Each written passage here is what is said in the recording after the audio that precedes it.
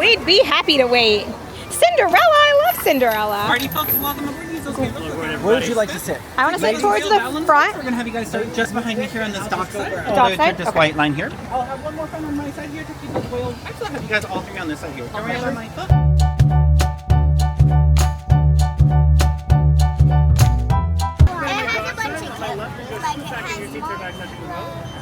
Yeah. We're gonna see a bunch of like storybook stories. We go.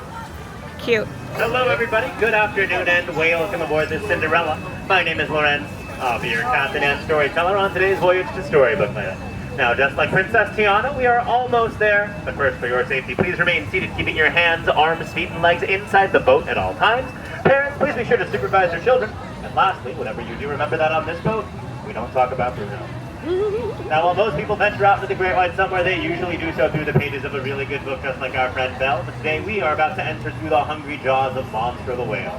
The same whale who almost ate our friends Pinocchio and Geppetto. But Hakuna Matata, everybody. It means no worries.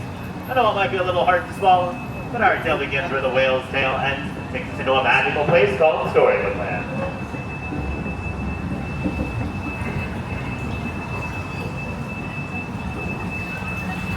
We have a really fun guide today.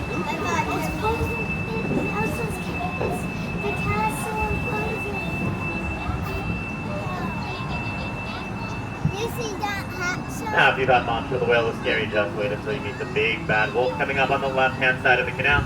He's always after the three little pigs who live on the island just across the way in a house made of straw, a house made of sticks, and a house made of 100% guaranteed wolf-proof bricks.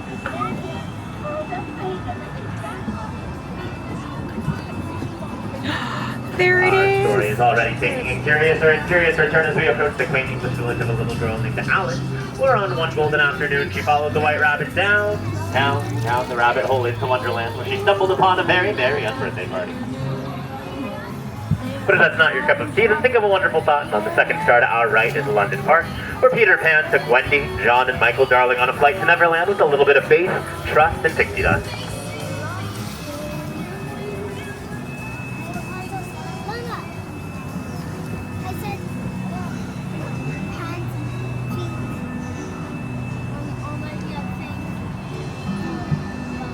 One jump ahead across the canal is Agrabah, city of mystery and enchantment, where a street rat named Aladdin stole the heart of a princess named Jasmine. Even though the evil Jafar stood in their way, with a little bit of help from their friends, they were able to defeat him, and now they live in the Sultan's palace. Which means that in Agrabah, true love shines just like the twinkling archways. The lights on the twinkling archways that Aladdin and Princess Jasmine soared over, sideways, and under on their magic carpet ride to a whole new world.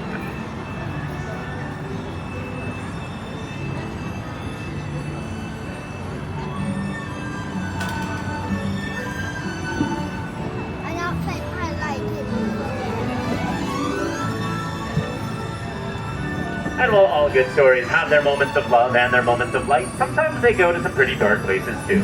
Just like the Cave of Wonders. Legend has it is home to a genie with phenomenal cosmic power who will grant 3 wishes to the diamond in the rough. So let's go inside, make a wish, and see if it comes true.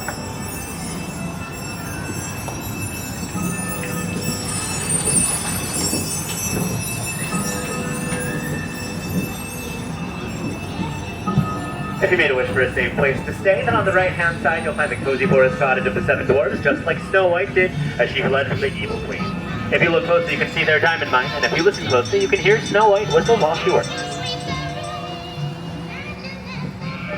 On the other side of the canal, Cinderella made a wish to go to the ball, even though Lady Tremaine, Anastasia, and Rosella left her at home. But with the help of the fairy godmother, Cinderella was able to attend. Unfortunately, as you can see on the bridge, fairy godmother's magic ran out at midnight, but thankfully true love did not. After a long, kingdom-wide search, Prince Charming was finally able to find the owner of the glass slipper, and now he and Cinderella live up in the castle on top of the hill. And if there's anything we can learn from Cinderella, it's that a dream is a wish your heart makes, and here at Storybook Land, dreams do come true. Whether those are dreams of going the distance like Hercules, dreams of bringing honor to your family like Mulan, or even just dreams of falling asleep in a patchwork quilt of flowers like the one on our left, inspired by the 1933 Silly Symphony cartoon Lullaby Land. All of the plants and flowers inside the quilt, as well as around Storybook Land, are real, and thanks to Tinkerbell's magic, they will never ever have to grow up. Which is just one of many reasons why Storybook Land was considered a favorite of our founder, Walt Disney.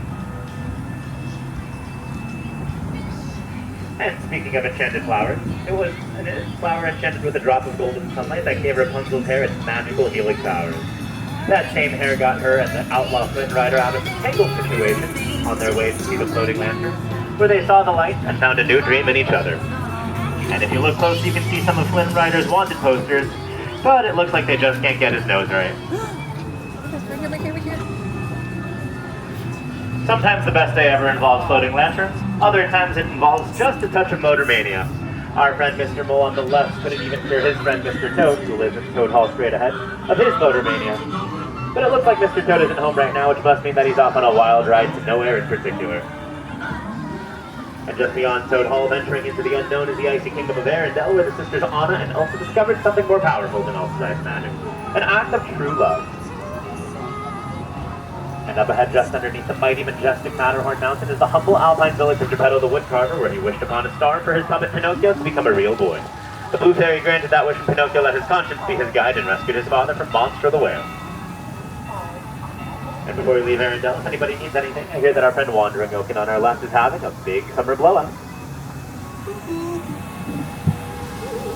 Our final chapter takes us to Prince Eric's castle, where a little mermaid named Ariel made a wish for human legs to walk on land as part of our world.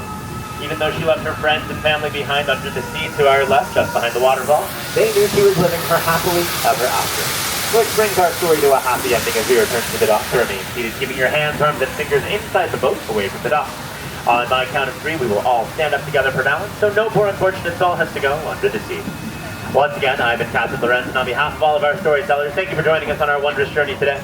We hope you have a fantastic rest of your day here at Disneyland, and that you reach out and find your happily ever after.